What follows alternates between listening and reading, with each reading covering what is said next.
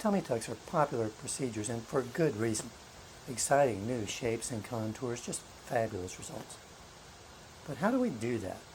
How do we get from this to this? I wanted to take a few minutes to talk about that, how I do it in most cases. Of course, each person is going to have their own thoughts of what they want. They have their own physical findings, and they may want something different than the next person. And each surgeon will do it maybe just a little bit differently. What I'm going to talk about is how I do it most of the time. Today, in most cases, we start with liposuction. What I typically do is place someone on their tummy on the operating table and do liposuction, typically of these areas. Typically the bra roll area, the flank area, maybe the center of the lower back, trying to remove as much of that fatty tissue as we can to get really nice new contours. Once I've done that, I turn you on to your back on the operating table, and then I do a little more liposuction, typically of these areas. Again, focusing primarily kind of on the sides, but also in the center, trying to create nice shapes. Once we finish with that part of the procedure, then I make a long incision in the lower part of the tummy, like is shown here. So for instance, if you have a C-section scar, most of the time the incision I make is at least an inch below that. And I go down to the muscle layer.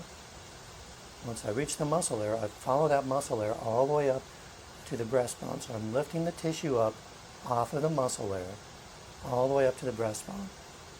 Now, to get to the breastbone, I actually have to make a small incision around the belly button too. The belly button itself stays right where it is, attached to the muscle. Once I've done that, now we have exposed the inner edges of what we call the rectus muscles. The rectus muscles run basically from the rib cage down to the pubic area. In most cases, not every case, but 95% of the time, I pull the inner edges of those muscles together. That helps create a nice, smooth, flat front of the tummy.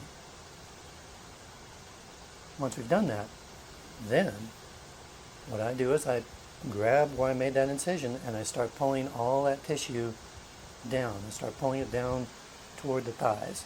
So as I do that, the lower abdominal tissue, skin, moves down, and then the upper tissue starts to move down.